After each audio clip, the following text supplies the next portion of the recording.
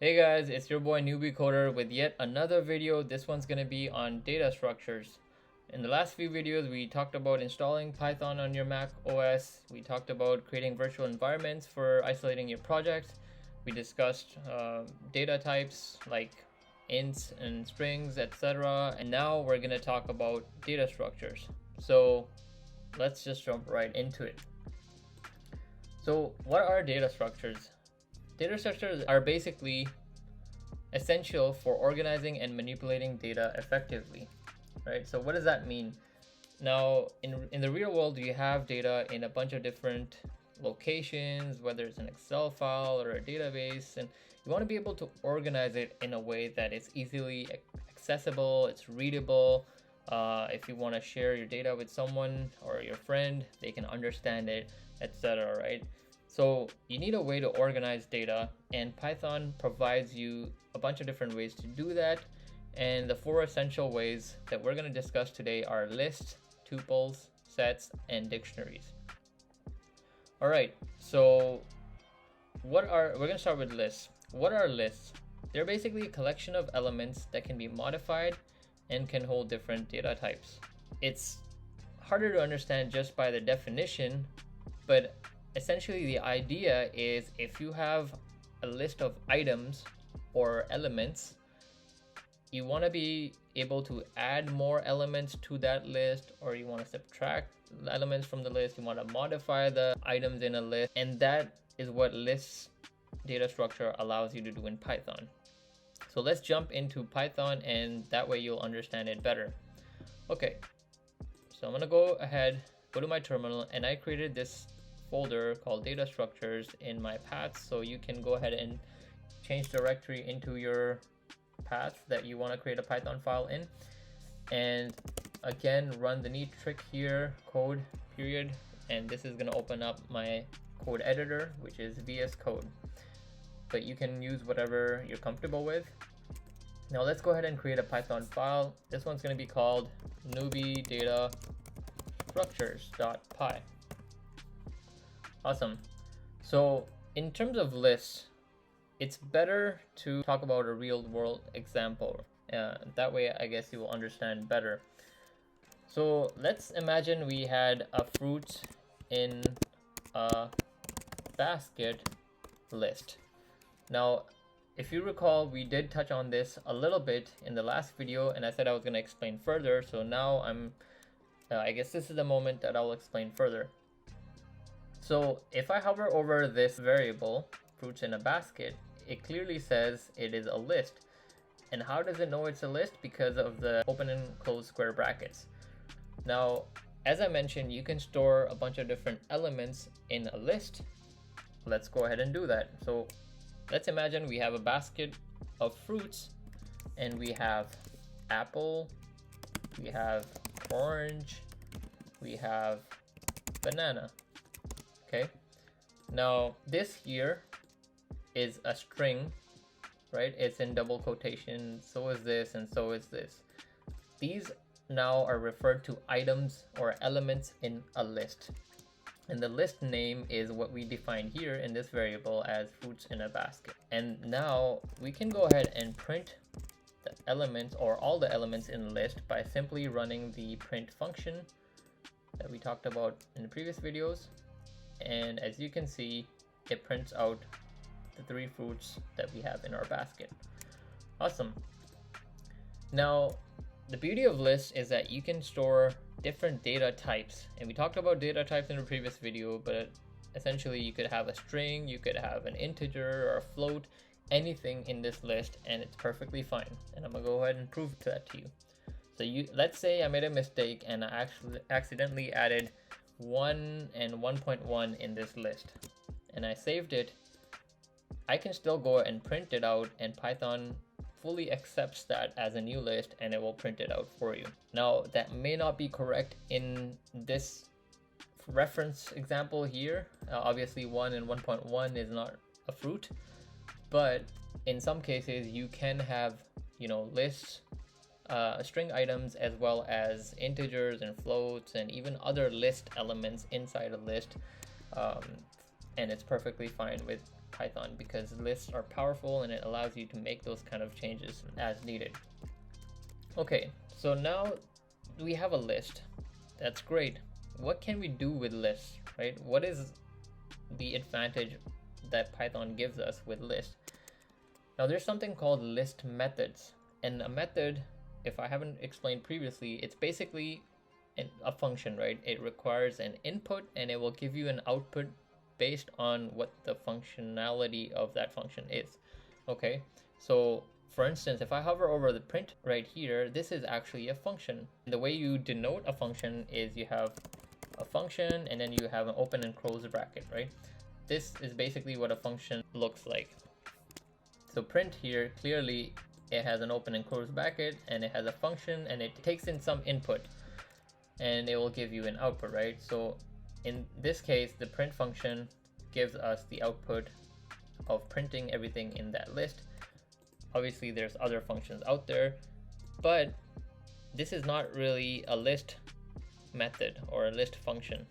List methods are basically accessed by typing out the name of the list, pressing the period, and here in the drop down you can see a bunch of different list methods.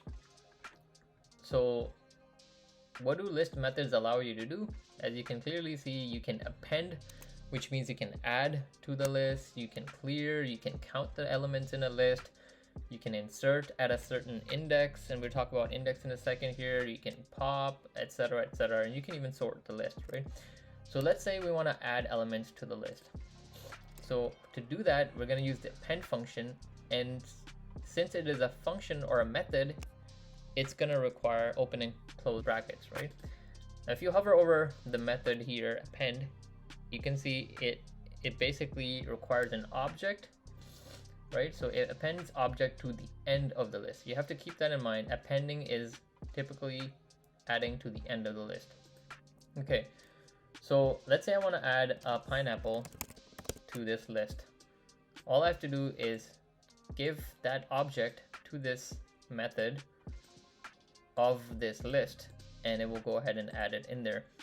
And then I can print the same list because that list has been modified, and it will print out the new list which has a pineapple in it, right? So previously it did not have a pineapple, now it has a pineapple. That's awesome. Okay, so let's say I'm gonna comment this out. Let's say I don't want the pineapple anymore, that was a mistake. I can do that with another list method, and this one is called pop.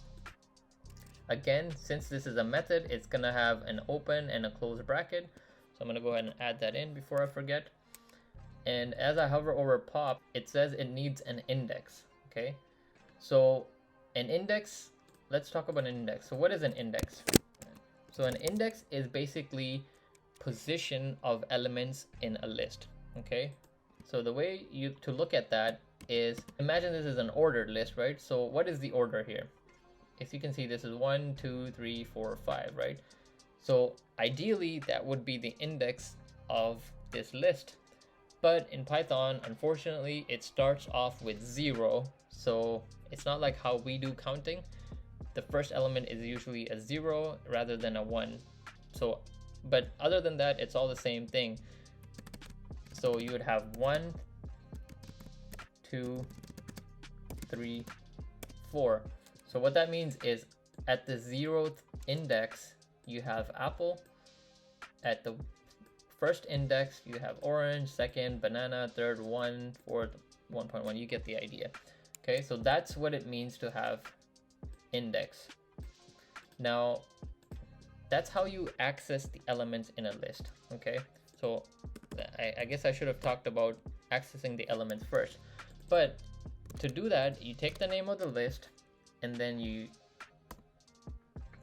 create open and close brackets. And then if you hover over here, as you can see, it says it's expecting index or slice expression. So we'll talk about slice expression in a minute, but it's expecting an index, right? So looking at this, let's say we get a buyer and they want to buy a banana, and we want to reach into our basket and give them the banana. So to do that, you need to give that index of the banana to this list. So that's 2, right? So on the second position we have a banana, and then we want to print it out, which is assume that that's what it means to hand that banana back to the person. And I'm gonna go ahead and run it, and as you can see, it picked the banana and we gave it to the person. So that's how you access elements in a list. Now, going back to pop, as you can see, it's expecting an index, right? And what does it do actually? This function removes and returns item at index, okay? So since we want to remove pineapple, we added pineapple to the end of the list because we printed it here. Now let's say we want to remove it. If you notice, by default, last, right? So the index by default is the last element. And if I just run this as is and print the fruits in a basket list again, it would get rid of pineapple, right? So if I leave both of this, right? So it'll first show a pineapple, and then in the next list, it will not have pineapple. If I run this, you can see this list has pineapple, and then I popped it out of the list and it got rid of pineapple. So that's the case if I don't provide an index. Let's say I want to pop orange from the list. I can provide the index, and now it will keep the pineapple, but it will pop orange. And to test that, I run it again, and as you can see in this case, it kept the pineapple, but it popped the orange. So that's how the list method pop works. And similarly, you have the sort, and you have other list methods that you can use for your different purposes. All right, so I'm gonna go ahead and comment this out. Okay, so I said I was gonna talk about slicing operations here, right? So we talked about accessing the index of the element. We can also slice or split lists into multiple lists, right? So to do that, let's say we have this list, and as we can clearly see that these are the items on the list and this is something else. So we want to be able to split this and save it as a separate list, and then we want to get rid of these two. So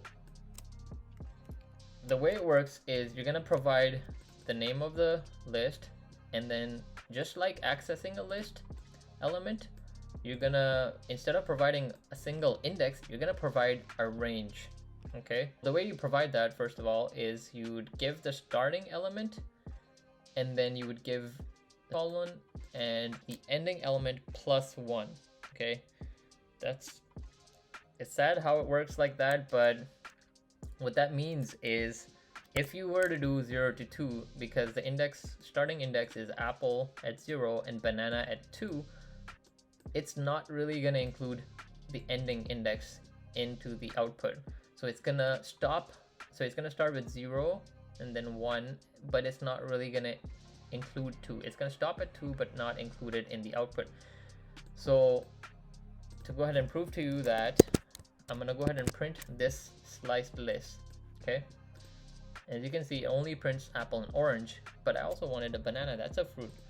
So to do that, you gotta go with the ending index +1, so 3, and now you have apple, orange, and banana. Now again, for a slicing operation, you can return that as a list itself. So with this, we were able to slice it, and then we can save it as another variable. So modified fruits in a basket, for instance. And now we have this saved under this name, and let's say we also want to save these two because they're important, even though they're not fruits. We can say not fruits list equals to, and then all you have to do is do the similar slicing operation, but instead of starting at 0, now you want to start at this index because that's where 1 is, and again you want to end it at 4 + 1, so you want to end it at 5th. And now we can go ahead and print out both of these lists, and we can see that we were able to successfully split up the list into 2 different lists. There you go. So that's awesome. As you can see, it's very powerful, and there's a bunch of other things you can do with the list. You can iterate or loop over it, etc. So that's how much we're going to talk about lists today.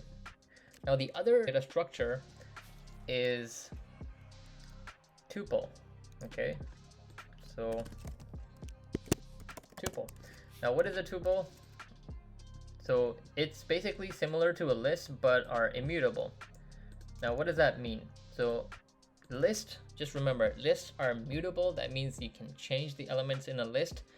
I haven't showed you that yet, but I guess we added element, like we added a pineapple to the list, but we can also replace elements, right? So if I wanted to, let's say, replace the apple with a pineapple, I could do that with lists. I could say, go fetch apple. So you're going to provide the index of apple, and at that index, you're going to assign pineapple, right? So remember, right side is assigned with this equals to this. So we're assigning pineapple to this index, replacing that apple with a pineapple.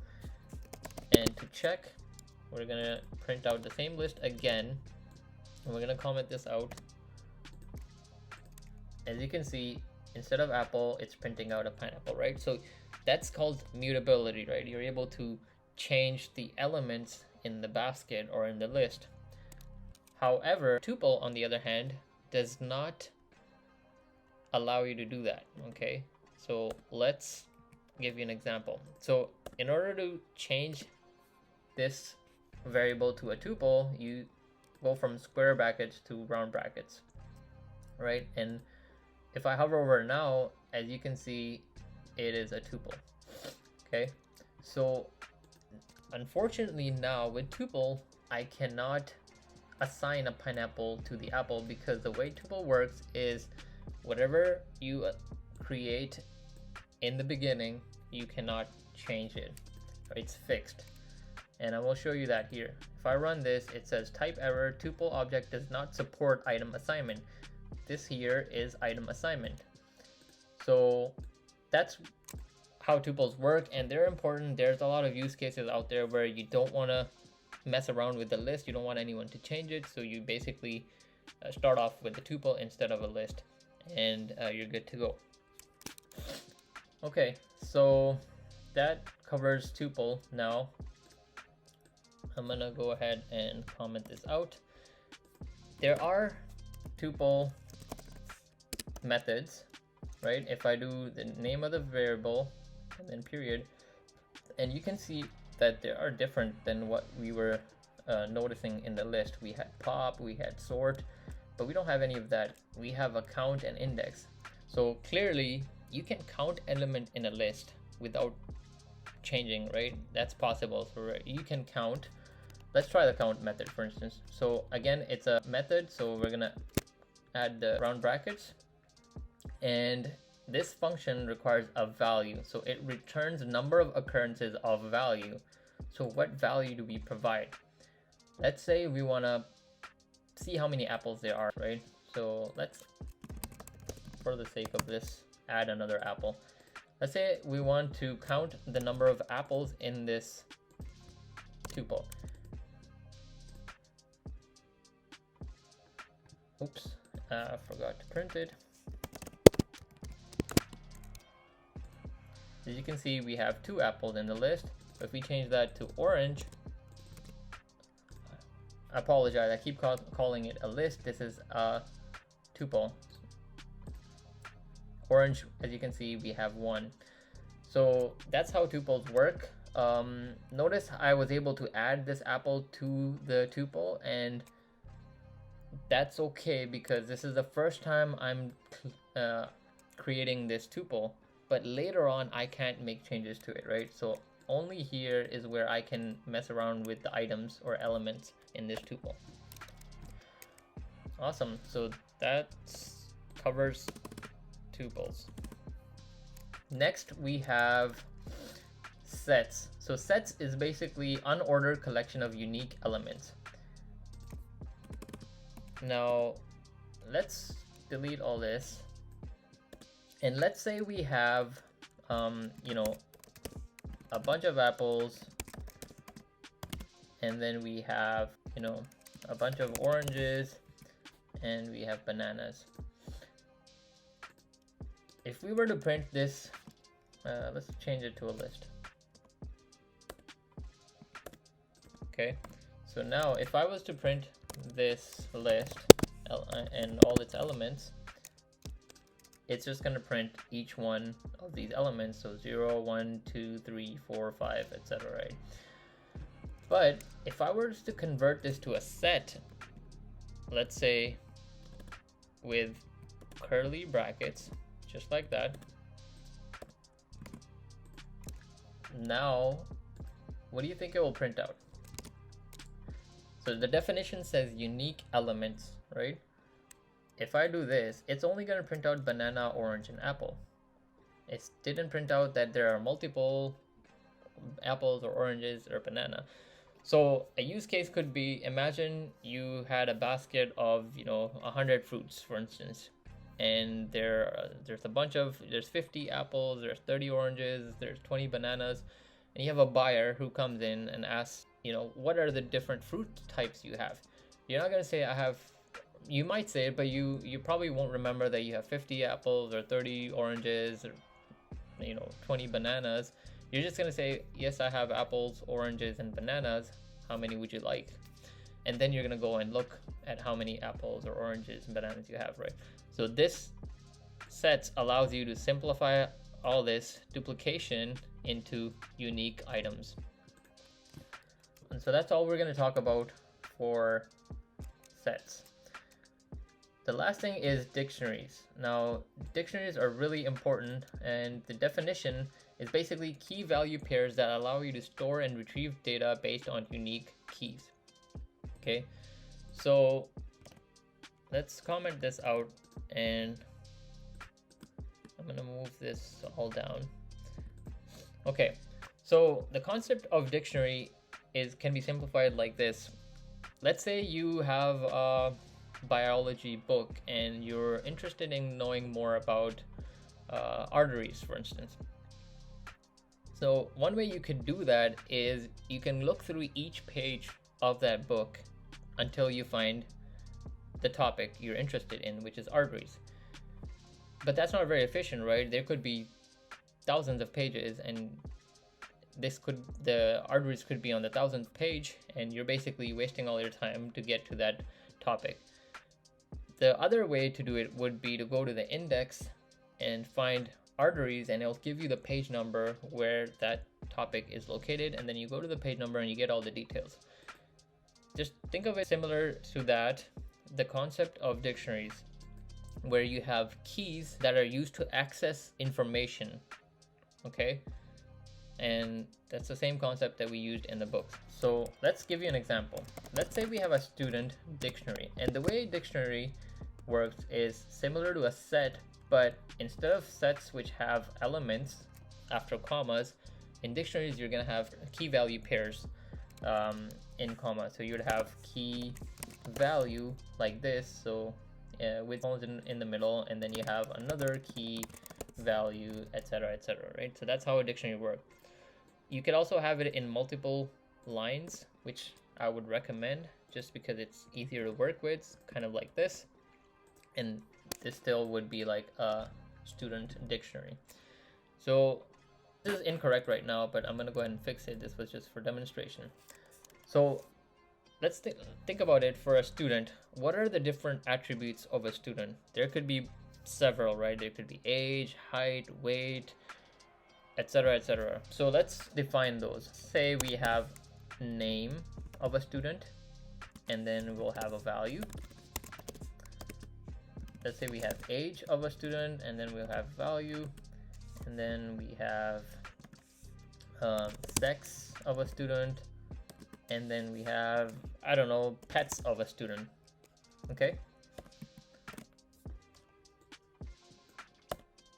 All right, so these are keys, right? Which is, again, remember, keys are things that you can access in a dictionary. So let's say we have a name, we want to be able to access the name of the student. We can define that in this dictionary. So let's say the name of this person is John, age is 21, sex is male, and pets is a list of pets. Now notice on the left hand side all we have is strings. Now on the right hand side we have a variety. We have a string here because it's in quotations, we have an integer, we have string again, we got a list here of pets, so let's call it cat, dog, right? So all of this is possible with a dictionary as long as you have the keys in this format. And if you hover over student, as you can see it's a variable, but it is a dictionary, and then the string is of keys, and then any is a value, right? So that's kind of demonstrated here. Okay, so now I want to access elements of a dictionary similar to a list, right? But a little different. Now again, when we were accessing elements in a list, we would provide an index here and we would get that element. But notice we don't have indexes here, we have keys. So we need to provide a key, right? And if you hover over, you can see that it is expecting an index, but again, this is a dictionary, so you're not really providing an index, you're providing a key. So we want to know the name of this student. We're going to go ahead and do that by accessing this key here, and we're going to print out the output. And there you go. It is able to go into this dictionary and print the name of this person. So similarly, you can organize it in a much more detailed way. You can add height, weight, friends, a bunch of different things, and it's a proper way of organizing data. It's easier to view as a person, and it's easier to read, and that's what Python has provided with the dictionary data structure. Now, this becomes powerful when you have a bunch of different dictionaries, and you don't have just one student, when you have multiple students. And you can also do that, and you'll notice that as you progress in your Python journey that you're going to be dealing with lists of dictionaries. And that works by simply wrapping all of this in square brackets, and then this would be your single dictionary. Then you would put a comma, and then you would basically put the next dictionary, comma, and then you'd put the next dictionary, and so on and so forth, depending on how many students you have. So this no longer is going to be a singular, it's going to be a student's list of dictionaries. Okay, so clearly these are dictionaries separated by commas inside a list. So now, since this is converted into a list, we're going to be dealing again with indexing. And if I hover over students, as you can see, it is a list of dictionary. So to access that, okay, let's change it up. So let's say we have Joe, we have Jimmy, I don't know, 22. Guess Joe thinks he's a female, I guess.